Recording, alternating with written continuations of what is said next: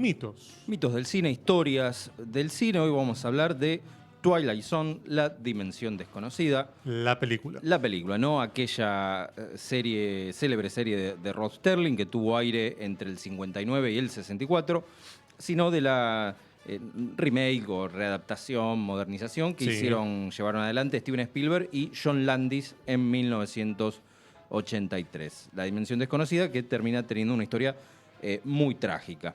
Sí, probablemente de las más trágicas de Hollywood, de un estudio tan grande. Sí, y que tuvo consecuencias, pero bueno, es una película en episodios recreando el espíritu de la serie. Tiene esencialmente 4 segmentos, en verdad son 5 si contamos un prólogo, dirigidos por John Landis, Steven Spielberg, Joe Dante y George Miller. Un buen póker de directores. Grandes directores de la época y todos que habían hecho por lo menos alguna gran...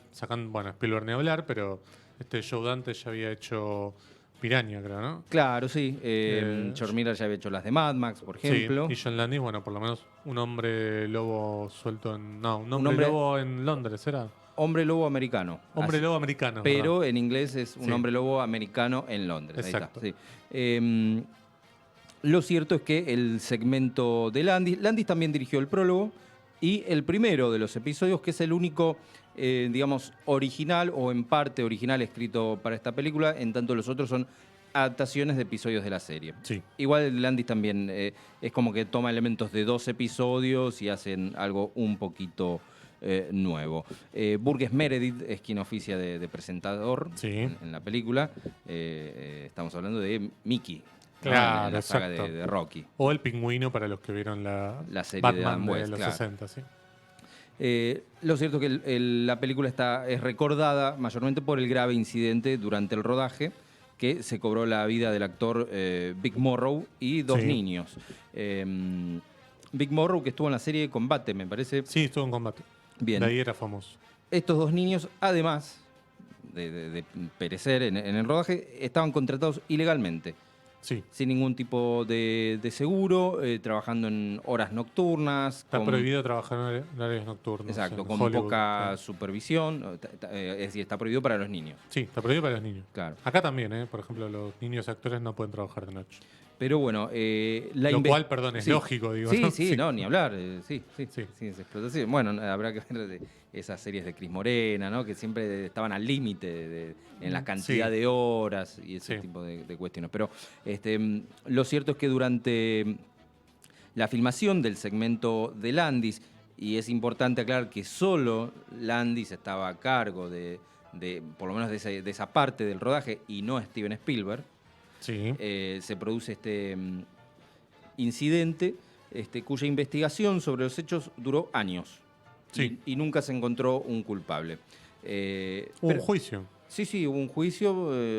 John Landis admitió que irregularidades o desprolijidades. Sí, pero debe tener un término técnico, algo parecido a negligencia. Claro, pero se despega de la responsabilidad a pesar de ser el productor.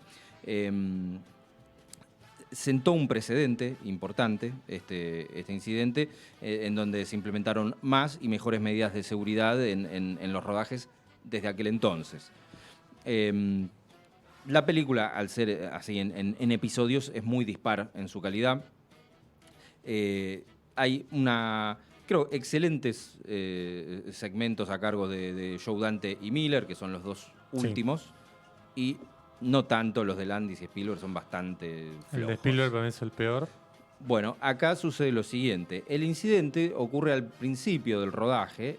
Spielberg queda tan disgustado, se enemista con Landis y ya no tiene ganas de seguir adelante. Cumple lo que puede por contrato, por compromiso, y así le salió. Y creo que se nota. Sí, se nota. Bueno, Time Out, así es como se llama ese episodio. El accidente es con un helicóptero que lleva la vida del mencionado actor y los 2 niños. Existían en ese momento leyes que impedían a los niños filmar en este tipo de horarios o cerca de explosiones, porque eso es lo que ocurre, es como un segmento bélico, y ninguna de estas condiciones se cumplían. Landis, como dijimos, negó tener culpabilidad alguna pero reconoció que había algo irregular en las contrataciones porque le pagaban en negro, los tenían ocultos a los chicos de, no sé, de otra gente del estudio, o veedores que iban a supervisar. Spielberg y Landis eran muy amigos hasta ese momento, pero Spielberg directamente se enemistó. Habían colaborado anteriormente, por ejemplo, en Blues Brothers. Spielberg tiene una aparición espectacular. Bueno, se terminó ahí. Spielberg además iba a decir que ninguna película vale tanto como para que alguien muera, y hay un límite para lo que un director o un productor pueda exigir. Sí. Del mismo modo, George Miller quedó asqueado por toda la situación, terminó el rodaje de su segmento, que es el último, para mí lejos el mejor. El mejor. Y dejó el trabajo inconcluso, es decir, terminó el rodaje, que era lo que había firmado, y cuando esperaban que supervisara la postproducción, bueno, dejó eso en manos de Joe Dante, quien terminó la labor. Sí, de hecho creo que Spielberg con el único que quedó, por lo menos con un vínculo, fue con Joe Dante, porque le produjo... Hizo Gremlins. Sí, creo que también le produjo Small Soldiers. Sí. O por lo menos se hizo dentro de lo que era todavía el estudio de Spielberg, que era DreamWorks. Claro. No sé si George Miller alguna vez tuvo alguna amistad o... No, pero bueno, mucho, sí. por lo menos después ni Spielberg le produjo películas, ni... a ver, estoy pensando... No, me confundo. Tintín la coescribió Peter Jackson. No, pero sí. Bueno, muchos indican que este incidente significó el final de lo que llamamos la nueva hora, de la nueva era del cine norteamericano, que a nosotros tanto nos gusta. En tanto, los directores tenían el control prácticamente total sobre las películas, sobre el rodaje, volviendo el poder de este modo a los estudios, tal como era antes de esta era, que ha dejado grandes obras desde lo artístico, pero a veces muy arriesgadas desde lo financiero para los estudios. Por eso no estaban muy conformes con esta situación. No, para nada. Pensemos, por ejemplo, en Apocalypse Now, que ya hemos repasado alguna vez. Sí. Lo que sucede es que va a estar conectado con el último bloque de este programa. Está todo conectado. Que un poco se va a entender ahí por qué, digamos, John Landis alcanza como un nivel de poder que medio que lo enceguece. Con esto no estoy justificando lo que hizo, pero para mí lo que hizo fue imperdonable. Porque si en la teoría yo les cuento, mirá, tenemos que filmar una escena en la que cae un helicóptero, y eso lo vamos a filmar adentro de un estudio con un lago artificial y con los personajes huyendo de ese helicóptero que cae. A metros. A metros, vos decís, no, pará, no podés hacer eso. Y de hecho, bueno, si ustedes... Igual está en YouTube esto. Por supuesto fue cortado del montaje final, este segmento. Y así quedó porque después no se entiende quedó bien. Mutilado. Sí. Sí, porque la historia es muy simple, digamos. Lo que cuenta es la historia de un tipo racista, fascista, que de manera fantástica empieza a vivir situaciones como si estuviera, es trasladado en tiempo y espacio a la época del nazismo. Después es trasladado en tiempo y espacio en la época de los esclavos afroamericanos.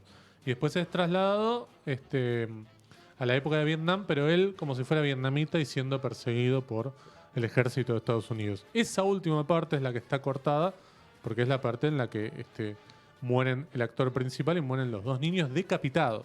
Eso es lo peor, digo, porque decapitados por la hélice del... Y eran vietnamitas los chicos. Exactamente, o por lo menos eran hijos los padres eran vietnamitas. Además, lo que se contó en el juicio es que el piloto del helicóptero, que era un veterano de Vietnam, le decía a Joe Landis, no voy a poder maniobrar el helicóptero si me tiran toda esta pirotecnia delante, que es creo lo que finalmente termina sucediendo, que él pierde el control porque delante hay un montón de humo, se ve en el video de YouTube, y claro, cuando cae el agua no hay manera de que las hélices puedan evitar que decapiten al niño y a los niños y al actor principal. La hija del actor principal es Jennifer Jason Leigh. Claro. La famosa actriz, gran actriz. Ha ganado algún Oscar, me parece, ¿no? Estuvo nominada por la de Tarantino por Los 8 más odiados. Sí. Que es un gran papel. Pero, no, sí, es para mí un antes y un después de cierto manejo tan negligente y un poco ayudado por esto de, bueno, nosotros tenemos el control de absolutamente todo, porque el que mandaba en el set era Joe Landis. Todo el mundo lo que cuenta es que esto se hizo porque Joe Landis era el que pedía, bueno, primero le pedía al piloto que volara más bajo, después le pedía al de los efectos visuales, efectos especiales que las explosiones fueran más estruendosas. Entonces todo eso contribuyó a lo que pasó. Bueno, era el único que podía poner un límite y no los puso. Exacto. Y bueno, y lamentablemente Spielberg, si bien no estuvo ahí y demás, al poner la firma como productor, no estoy diciendo que tiene su nivel de culpabilidad, pero bueno, por lo menos tiene que dar explicaciones de sí, bueno, pero también ahí habla del grado de impunidad, ¿no? Al decir, bueno, yo no tuve nada que ver. Por ahí es verdad, pero... seguramente no debe haber estado y pienso que Spielberg no hubiera manejado esa situación de la misma manera, pero es el productor de la película. Y bueno, teniendo en cuenta que Hollywood y demás, era muy difícil que John Landis fuera preso o que cumpliera algún tipo de pena, más allá de, bueno, porque ni siquiera estuvo cancelado, siguió haciendo películas, lo hablamos antes ahí al aire, pero menores, pero siguió haciendo películas. Sí, alguna más o menos con cierta repercusión, como Un príncipe en Nueva York, y nada más. Sí, claro. No tuvo nada que ver con la defenestrable secuela de hace poco. No. Pero sí, digamos que era un director más prominente que termina descendiendo un poco. Sí, probablemente yo creo que si no hubiera pasado esto hubiera tenido más ofertas y hubiera hecho otras cosas más interesantes. Y Spielberg, por el contrario, se ve que seguía atado un poco a esta idea de la dimensión desconocida y hace su propia versión para televisión que fue Cuentos Asombrosos. Claro, que nos dejó un montón de cosas interesantes, ¿no? Sí. Y muchos directores importantes que participaron ahí también. Y actores. Sí, actores también, sí. Creo que medio como el debut de Kevin Costner está en un episodio de Cuentos Asombrosos. Ese es el aviador, creo. Sí. Bueno, Clint Eastwood dirige un episodio también. Es la única colaboración, creo. No, después Spielberg y Eastwood colaboraron en las dos que hace de Iwo Jima. Claro, es como verdad. productor. Es verdad, sí. Flags of Our Fathers. Sí. Y no me acuerdo si le produjo algo más antes. Estoy pensando si Los Puentes de Madison no está producido por Spielberg, pero bueno, alguna de esas también. Sí, lamentablemente nos deja esta cuestión trágica y una película muy despareja. Sí. Pero bueno, vale la pena por el último segmento. Sí, que es espectacular, el del avión. Con John Lithgow, ¿cómo se dice? Pero bueno, el episodio original de la serie era William Shatner, fue el protagonista de ese episodio. Sí, vale la pena por eso, lo único. Así que bueno, nos vamos con este mito medio una nota abajo, pero... así es. Igual si son morbosos y están tratando de ver algo en YouTube, no se ve nada. Se ve simplemente el momento que cae el avión. Sí. Pero aparte, como no quedó en el montaje final, lo que se ve es como casi como un VHS que lo miraron 500 veces. Claro. No me acuerdo aunque seguimos poniendo, si con canción, tanda, lo que vos quieras. Dale.